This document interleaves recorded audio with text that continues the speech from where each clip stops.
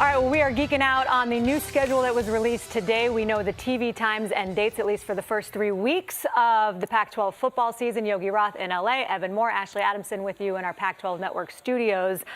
There's a lot to break down. UCLA, Hawaii starting week 0 on ESPN at 12:30. But when you look at the first 3 weeks, what jumps out at you, Evan? Well, there's a lot of big marquee non-conference games in this conference this year, but I think the one that stands out the most are these week 2 matchups with the Pac-12 North going against the Big Ten East.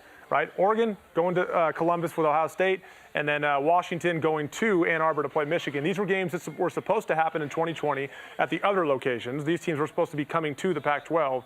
Those games were canceled. Now they go out there.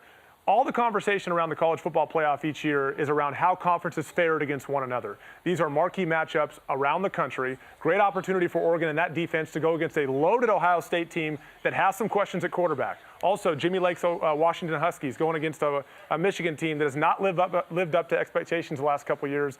Great opportunity for the Pac-12 North on a national stage to take care of business. Never too early to start talking about CFP, Yogi, right?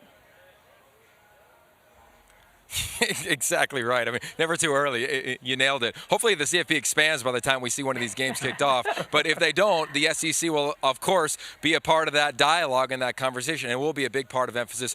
Obviously here in Los Angeles. UCLA, they host LSU in week 1. That game is massive. And then in Colorado, in Denver, in the Broncos Stadium, it's Colorado hosting Texas A&M. That's going to be a fun matchup. And I also look at the Big 12. I mean, the CFP narrative, we always say we think it's the 4 best, but I really believe in that room it's mixed. And it is relatively about the body of work. So Stanford, K-State, they're playing in that week 1 matchup at Jerry World in Dallas. Then we have Cal against TCU.